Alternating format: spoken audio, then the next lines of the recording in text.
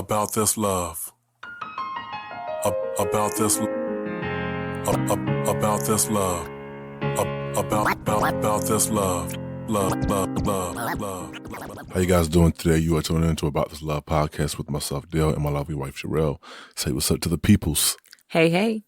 Hope you guys had a good weekend or a good day or a good afternoon or a good night wherever part of the world you live in. As always, follow us on Facebook and Instagram, and you can ingest our podcast anywhere where podcasts can be ingested. So without further ado, let's get on to the topic. Sweetheart, what was the topic we wanted to discuss today? I know you had up your notes and stuff, so. I had it up my nose. What? I see you had up your notes. Oh, yeah. Notes, notes. Okay. All right. I thought you said nose. I'm like, what I have in my nose? But yeah, so it's kind of been on my heart for a while. I wanted us to discuss people living their relationships out for the public to see.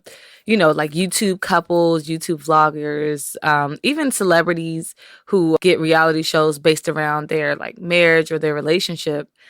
I was going to call this like public relationships, but then I was like, oh, that might get confused with public relations. But then I looked up the definition of public relations, and it's actually a noun. And the definition was the professional maintenance of a favorable public image by a company or other organization or famous person.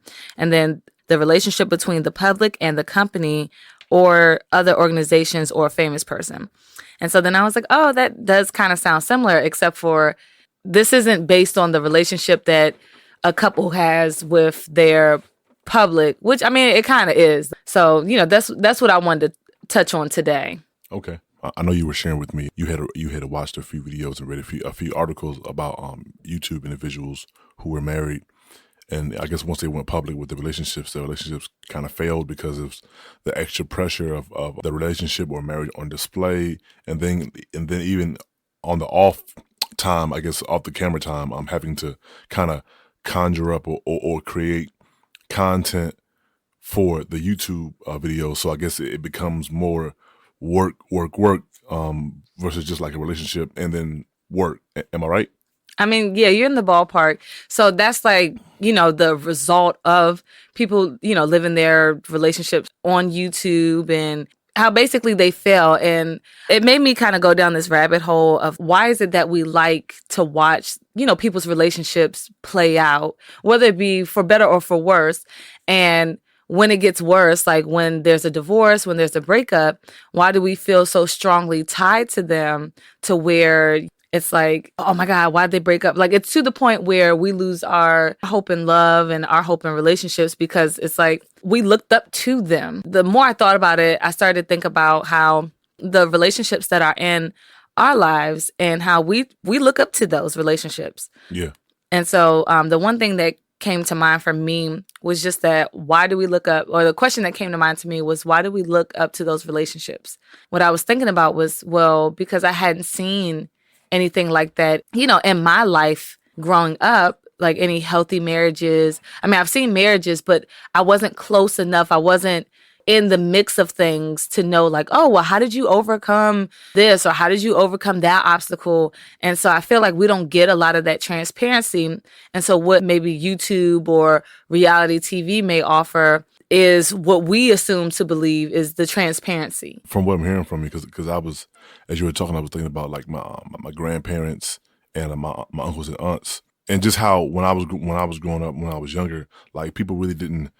Well, first of all, there wasn't really a social media, but people really didn't display the relationships on display, like kind of like you see on social media. So I guess my question to you is, do you feel like there's a lack of people being transparent with their family, or the ones who are getting in relationships in their family, maybe the younger man or the younger woman, and not really explaining to them the intricacies of relationships, and maybe that's why the YouTube relationships are kind of filling that missing void or that missing piece that they're not getting, I guess, from a natural person in person type of advice. Yeah, actually, that's a good point you're making. Yeah, so I do believe that.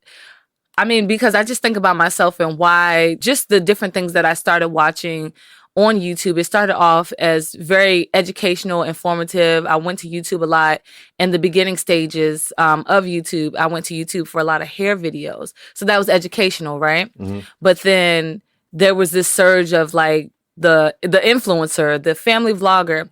And I didn't start getting into that until I started to become a family. My family started to grow, and I'm just like, well, how do they do this? How do they navigate? Like, what does Friday night for them look like? And I mean, I guess we don't ever realize, like, we may see our grandparents, like my grandparents have been married for 50 plus years. And I think I just started to gauge my grandparents on questions, not with their specific, like, how'd you get through this and how'd you get through that? But just like, hey, so y'all go on dates? Or, you know what I'm saying? Like my grandmother, for example, I would go to her for not necessarily relationship advice, but more so asking her about like her childhood or her upbringing, you know, more than what she's told me. And like, well, and not even like, oh, I know that event happened. So a lot of times I feel like with our family, we know that events happen. You know, we might even be a part of that event happening, but I don't think that we feel so familiar with them that we don't ever take the time to ask, how'd you feel about that? How'd you overcome that? What are you using to cope with that? Yeah. And were you going to say something? I mean, I was going to say, I think a lot of times going back to the question I asked about the YouTube relationships kind of filling a void of what we're not getting from our family. But I think oftentimes I feel like in some instance, older people in our family may not give us advice because they feel like, well, if they do, they're not gonna listen anyway. So what's the point, you know? But I mean, not saying it's a reason not to tell someone to give them advice anyways. But oftentimes I think about just some of the people in my age group in my family who someone in our family might have given them advice about someone they were dating, whether it was one of my male cousins or my female cousins, and usually they never really listen, and you know, they end up wasting a couple years of their life with the person, which to me is like, you know, wow, you know. But because I remember early on when my mother would give me advice about a young woman I was dating when I was like 17, 18 years old, I would always take heed to it, because one of the things that I learned early on in my life, people can see things about a person that you can't see because you're dating them and you're close to them. They're looking from the outside looking in, so you're inside and you really don't see things that they see, or you tend to overlook it. So for that reason alone, I always took heed when my mother said something to me about somebody, or my father said something to me about somebody. I always took heed to that, even if I didn't like break it with the person. It's something that I would, you know, put on my radar and take a mental note to like watch and observe for. Mm-hmm. I was the total opposite, and I say that because just the different ones in my family who may have given advice, or you know, a lot of times it was unsolicited. And what I've noticed just with my upbringing, I'm just like, how can you give any type of advice when your relationships are crap? You know what I'm saying? And it's like, you can't, in my mind, I felt like you can't tell me anything. And I mean, a part of that was just that, you know, I felt a lot of times that what they were saying wasn't coming from a place of love. It was coming from a place of hurt. And so it was just kind of like, well, you know, this is how I was hurt. Kind of like, and I know maybe you all who are listening may have heard this saying, like, if it, you know, walk like a duck, talk like a duck, then it's a duck kind of thing. That's true. But even when someone is saying something bad, or saying something you don't agree with, there's still a level of truth in that. And I think that is what we actually have to push past and be mature enough to receive. Like one of my family members, he got divorced. So oftentimes when I first got married, he would tell me, I can't tell you, you know, what to do to have a good, successful marriage because I ain't have one. He said, but I can tell you things not to do if you don't want to get a divorce. So I think I think that that's not true. Saying, well, you ain't got a good relationship, so what can you tell me? Well, actually, I can tell you a lot. You know, if they're being honest and truthful with themselves, they can honestly tell you a lot. But kind of shifting back to the YouTube relationships, you know, I mean, I just wanted to say that me personally, I think that some things are just sacred. You know, and I think that our older generation and our older family, they understood that, but they understood it, I would say, not to really benefit us, because it's like back then, like I said before, I didn't really know too much about my uncles and my aunts and my grandparents' relationship as it relates to like the details of it and the totality of it. But I mean, I know for the most part, what I saw looked like it was pretty well and pretty good, and most of my aunts and uncles are still married to this day. So I guess it was good. But I think that one of the dangers in the YouTube relationships is that like I said before, it's sacred.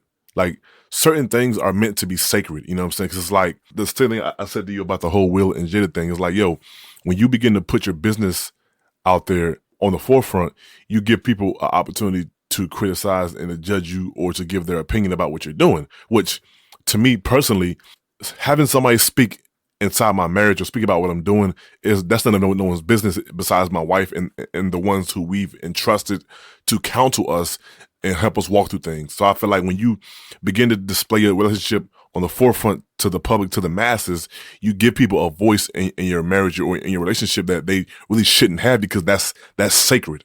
Yeah. The one thing I was thinking about as you were talking, just about why people even go to YouTube couples. And I know I said earlier in the conversation that, it's because it's filling a void, or they may have answered a question that maybe your family hasn't answered for you, or you didn't think to go back to them. I know you said that, that's not always necessarily true. People can't give you advice because they've had a failed relationship. What I said was that even when someone is saying something you don't like, or even if they have a failed relationship, you can still listen to them because there's still some things that they're saying that may be truthful that you can use, even if it's like 10 or 8%. I get what you're saying. You do have to kind of weed through, like, are they saying that out of fear? I think that there's a level that you have to figure that out. You have to figure it out from the source. Like, yeah, they say a lot of things because they're fearful or blase. But no, as far as the YouTube couples are concerned, I was just thinking about, why they fail. And so one thing that you said just a moment ago was just that how they live every part of their life publicly. And also too, what I was telling you in like pre-production, just how I was reading different testimonies about the different ones who have divorced or broken up. It was surprising to me because it was just kind of like, yeah, what started off as fun either turned into us doing or recording things just so we can keep up with the demands of the content or of the brands, or so we can make the check. And so we stopped having fun, or it stopped being, the goal just became something different. I was just thinking about, it was something else that was said that was in one of the articles. I wish I could remember where I read this at, but I read quite a few. One guy said brands prefer couples over single individuals because they know that they can bounce ideas off of one another and express more emotion when, it's more than one person. Yeah. And so like as soon as you kind of put yourself out there and you're showing that you're open to brands, you're showing that you're open to, working with these bigger companies, it's just kind of like you're at the mercy of either the public or the companies, and it's almost like, well, what are you willing to do? Like, what is the price? I know when we were talking about pranks in our last episode, we were just like, there's some things that are priceless. Like you cannot put a price on, dishonoring or what have you.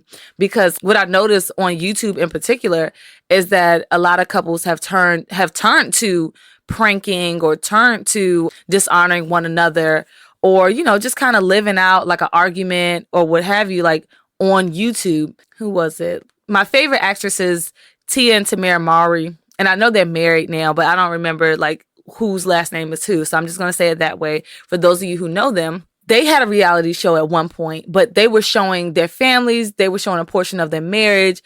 And I think like the parents, their parents did not want to be shown on their show. And they were respectful of that. But what they said was they canceled their show because they noticed that it would breed more arguments in their marriage. And by saying that, what they were saying was that, they could have had an argument 6 months ago when filming was happening. But then once the episode gets released, the public is now seeing it, and then they're processing what happened. And then it was like they had to rehash it again with their spouse and how they felt. And so they were reliving that moment in time that was almost like stamped forever on video, basically. Yeah. And so they noticed that it was causing like a shift in their marriages. And so they decided for their sanity and the health of their marriage that they wouldn't do reality TV. Yeah, I mean, that's wise, you know. I was thinking about the Mary situation, and I didn't really follow the TV show, well, the reality show too well, but I did follow their music back in the day. I remember someone was telling me who watched the show that her husband had an affair or whatever. But of course, you know, because it was a reality TV show, it was on the show. And sometimes I think to myself, I wonder if they had a reality TV show, even in the midst of their marriage troubles, would they still be married to this day? And I'm saying it because it's like, you know, your husband already committed adultery. So now this is to the masses to see, and they're giving their opinions and their 2 cents. And then, you know, by the time Bama's go crazy with Twitter fingers and Instagram fingers and Facebook fingers, you may have wanted to actually work it out with your spouse, but because of the other million something opinions, you're like, man, you know, forget this cat. You know what I'm saying? I'm gone. So sometimes I just think about, just from that perspective, how having your relationship on the forefront like that, it actually can be, you know, rather detrimental. And I think in today's society, people actually don't understand the importance of just having things sacred. It's kind of like, I remember back in the day, I remember like probably over 8 years ago, there was this like little social media platform that you can use for dating, and women would go up there dressed half naked or like show pictures of themselves like in the bathroom in a bra or some panties. It's like, yeah, I'm looking for a good dude, but all they want, you know, is sex. And I'm thinking to myself, I remember one time I was texting the young lady, I'm like, what do you expect? Like, if you're showing all this stuff, your body and, you know, your breasts and your behind, that type of stuff is supposed to be sacred. You know, it's not for you to show to the masses, but then, you know, it's like people get upset. Well, why can't I get a good guy? Or why everybody trying to sleep with me? What do you think? When you put certain things out to the world that God intended to be sacred, what do you expect? You know what I'm saying? People be like, well, you should mind your business. It's like, mind your business. I mean, you got a joint blasted on YouTube and advertised on your Facebook. Like, I mean, if it was your business, it's mine now. Wow, that's terrible. You know, I mean, I get what you're saying, though. But what I'm saying is that, like, I think that even in the scriptures, I love with God, like how even if you read the scriptures, and just the nature and character of God, and even the relationship that I have with God isn't the same that you may have with God. You know what I'm saying? The relationship that I have with our kids isn't the same as yours. That's because there's a level of sacredness there. Can you actually look at the word sacred real quick? Sorry, but I feel like oftentimes, like, we just don't go out of our way to keep things that are sacred. You know what I'm saying? Like, my marriage is sacred. Like, I don't discuss with people what me and my wife do in the bed. Whatever we do in the bed is our business. That's our business. That's no one else's business. I don't discuss that. I don't talk about it. That's no one else's business. That's sacred. You know, the sex life that I have with my spouse is sacred. So I think that oftentimes people do not hold things dear and keep things sacred. They put things that are sacred out to the forefront. You know what I'm saying? I mean, to be honest, like, I feel like even certain things that women wear, I was telling somebody at one point, I had stopped going to the gym because it's like when women would come in that joint half naked, I'm like, yo, are you coming to work out, or are you coming to shoot a porn scene or something? It's like, come on, man. Like, really? Yeah, but like the majority is doing that. So then as a woman, it's like the pressure is, because I mean, I manage, you know, social media accounts, and I'm just sitting there like, as I'm looking at the hashtags and the different things that are tagged, I'm just like, okay, so is everyone just naked? Are they soliciting? Like, I didn't know that this was an actual thing. For my personal account, I only have like 300 something odd friends. And I'm just kind of like, you know, when somebody shows themselves half naked or posting something half naked, I'm just like, oh, well, that's done. I need to usually unfollow them. Yeah, I'm just like, I don't need to see that. You know, that's easy. But then when I'm on these other accounts that are public and open, it's just like, I think people are desensitized because it's everywhere. But no, so the definition of sacred is connected with God or dedicated to a religious purpose. And the thing I was thinking about, so you're talking about things being sacred, but you know what? On the flip side of that, I'm thinking about the people who like to watch those things, the people who like to get into, or who kind of obsess over, you know, what this couple doing, and almost comparing, you know what I'm saying? It's almost like the same with, you're comparing your life to someone else's highlight reel on social media. It kind of goes back to, well, I don't see this in my own life. This is something that I desire. This gives me hope. Because one thing I was telling one of my friends the other day, I said, you know, you may not realize it right now, but your marriage, your relationship with others and how you hold yourself and conduct yourself in relationship with others, people are watching that. And that gives them hope that, okay, if she can have a successful marriage, if she can have a successful relationship or rekindle some friendships or what have you, I can do the same thing in a healthy way with a healthy perspective. Right. But what you're actually saying is something organic. Most of these YouTube relationships or YouTube vlogs, they're fabricated. I mean, and what I mean by the relationship that they have to their girlfriend or boyfriend, it may be real, that they're conjuring up material, kind of like putting an album. You've gone through the experiences, but you're conjuring up material for a project. So it's not really organic. It's like, and there's nothing wrong with that. I'm not saying I can't give someone good advice on how to treat your spouse or whatever, but it's like, I mean, outside of all that joint, like just do that, just do that and not try to make it like a whole shoot my life, I'm sorry, film my life, I'm talking about like get a shotgun and start shooting stuff, but just film my life. It's like, just give like kind of like what we do. You can, and that way you give advice and it's like, it's not like you don't get the opportunity to see like my life. It's funny because I was watching, listening to an interview, with Lecrae. He's a Christian MC. And, one of the things that he said was that like, don't think you know me just because you see me in an interview or I share 15 seconds or a minute of something on Instagram. He's like, don't think you know me. He said, that's just like, that's just a small piece, like a percentage of my life, probably not even 5%. So it's like, don't think you know me because you see this little interview or because I'm saying something on Instagram, you know what I'm saying? So I think that oftentimes people think that they know you because they get the opportunity to watch you on YouTube or watch your vlog or whatever. But I'm like, man, that stuff is, to an extent, it's still fabricated. You know what I'm saying? No, yeah. I mean, and it has to be to keep up with the demands. Like, so let's say we were to put out a vlog, right? And then we have thousands upon thousands of followers. And then, they'll say, oh my gosh, I love a trip like that. Or that seems so much fun. I wish I could do that. And then they start asking, well, how do you travel with kids? And it's kind of like, well, my next vacation is like 2 years from now, but maybe we can kind of allot some funds or try to get a deal to get a free vacation. And then I could talk about this or talk about that. Getting into the viewer's perspective of the YouTube couples vloggers or reality star couples or whatever.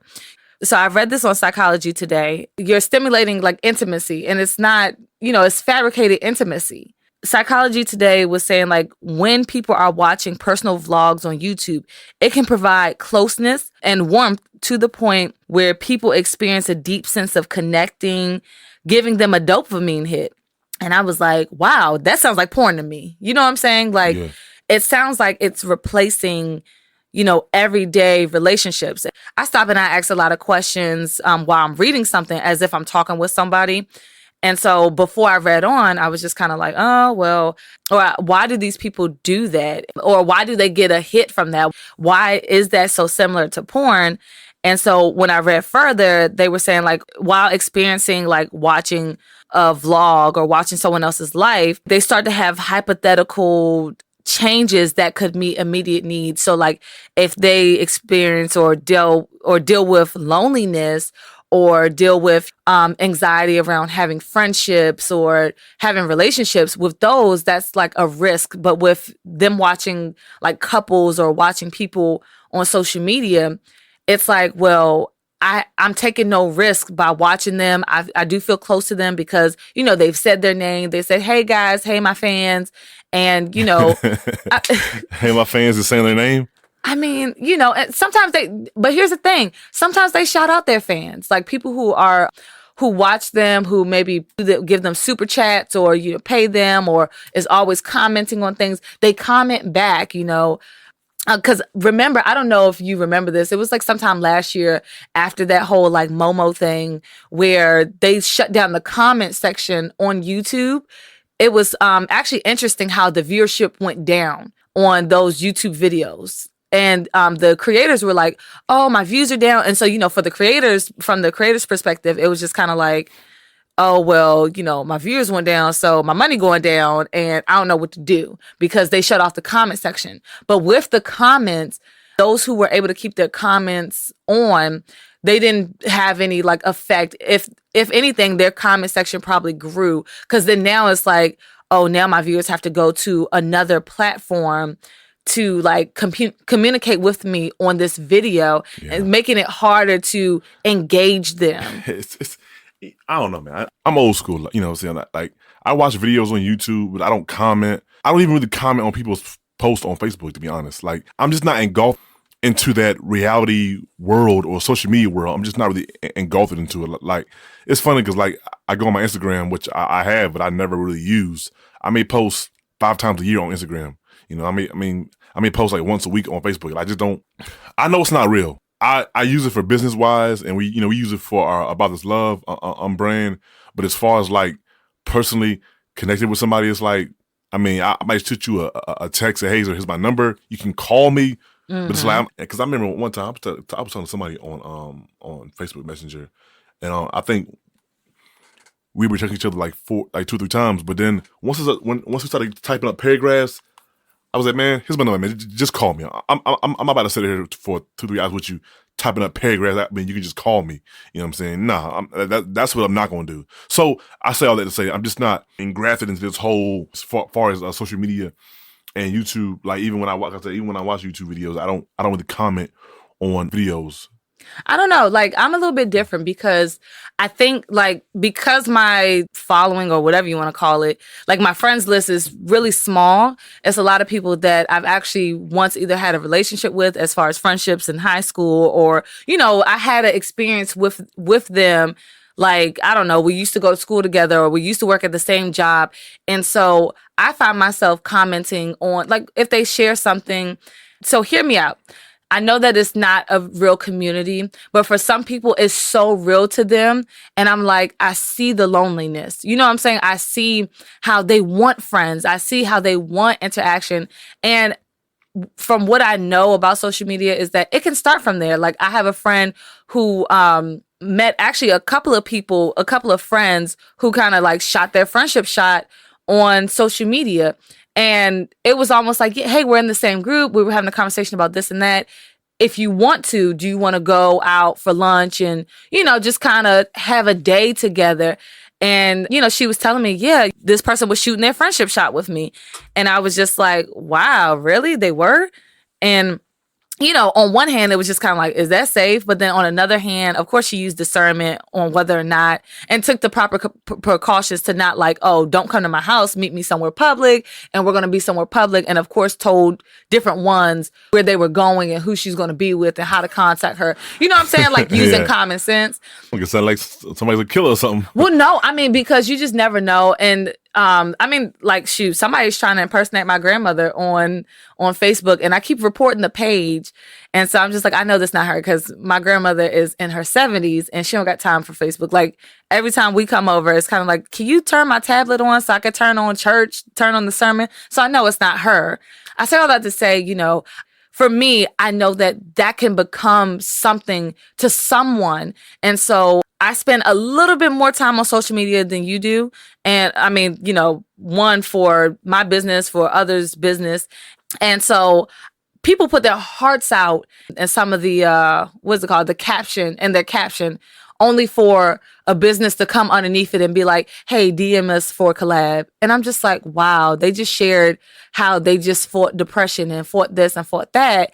And even though this is the highlight reel of that, I'm just going to acknowledge that they put a little bit more time and effort. And I'm just going to say, my 2 cents. I'm just going to give my 2 cents on, I read what you wrote. Thank you for sharing that. Just little things like that. Or even and that means something to someone. I'm the opposite. Even if it don't, I know, look, you was clear on that, brother. Like, I get that. You was really clear on that. But sometimes it's just like, I know a couple of ones who was talking about like having suicidal thoughts on Facebook. And I'm just like, this is not your diary. People do not care. You know what I'm saying? People don't care. Exactly. And I started praying for them, but I didn't have to tell them that I'm praying for them, because I will do something that, you said earlier that you do. So like my closer friendships, I'll see them post and I see like hundreds of comments and, oh yeah, you killed it. Or, you did that thing. And I'm just like, that's cool. I see it. I'll send a like. But then I'll either text or call them and be like, I really loved, your post. You look good. And keep up the good work. I'll say things more personable over a phone call or a text or even in person versus like online. So I feel you on that. But for those other ones, like who is just on my friendship list, they don't even call it my friends list, I may just engage them a little bit more because I'm just like, they on here all day and they're just looking for someone to talk to. I feel you. Or connect with throughout their day because no one asks them. I understand. Use it for what it's worth, but I would just say, like, if you want relationship advice, try to find people that are close to you that you know personally who you normally wouldn't engage like that, but just ask them. Beginning to talk to him and engage him. Ask him. Can I ask you some? Because I know before I got married, it's cats that I know. I said, hey, well, can I ask you about marriage? And some said good things, some said bad things. You know what I'm saying? But I think, like I said before in the beginning, you just take what you can get from what they say. Because I mean, one of the things that I don't do is I don't let someone's bad experience become mine. Because sometimes people will be like, man, that movie was trash, and then I watch it, I'm like, man, that joint was good. I liked it. Because I can't someone else's opinion become my own because I'm not you. I don't like what you like. I don't hate what you hate. So I can't allow your opinion to become my own. So, just with that, with everything, if you need to watch the YouTube videos or whatever, I mean, watch them. But like I said before, if you can, try to find somebody that you're close to and engage them about relationships and ask them questions. And if you feel like, it's not useful, then, just ask the Lord to send you someone in your life who can help you walk these things out, anything that you may need relationship wise. Because oftentimes, I feel like we don't ask the Lord these things. We don't ask the Lord to put people in our lives who can display to us a good relationship. So we don't get it. We just kind of seek it out for ourselves. And it's something different when I seek something out and it's the truth versus I seek something out and it's just superficial. You know what I'm saying? And I think a lot of the YouTube videos, when they first started, it may have been genuine and it may have been authentic. But now for the views and the checks, it's fabricated. It's superficial now. You know what I'm saying? So in all things, just first, seek God and ask the Lord to give you those individuals who can be an example to you in relationships or whatever area, that you want to navigate through. So with that being said, thank you for rocking with us today on About This Love podcast. We hope you guys enjoyed the conversation. Always remember you can follow us on Facebook and Instagram, and you can find our podcast anywhere where podcasts can be found. Until next time, peace.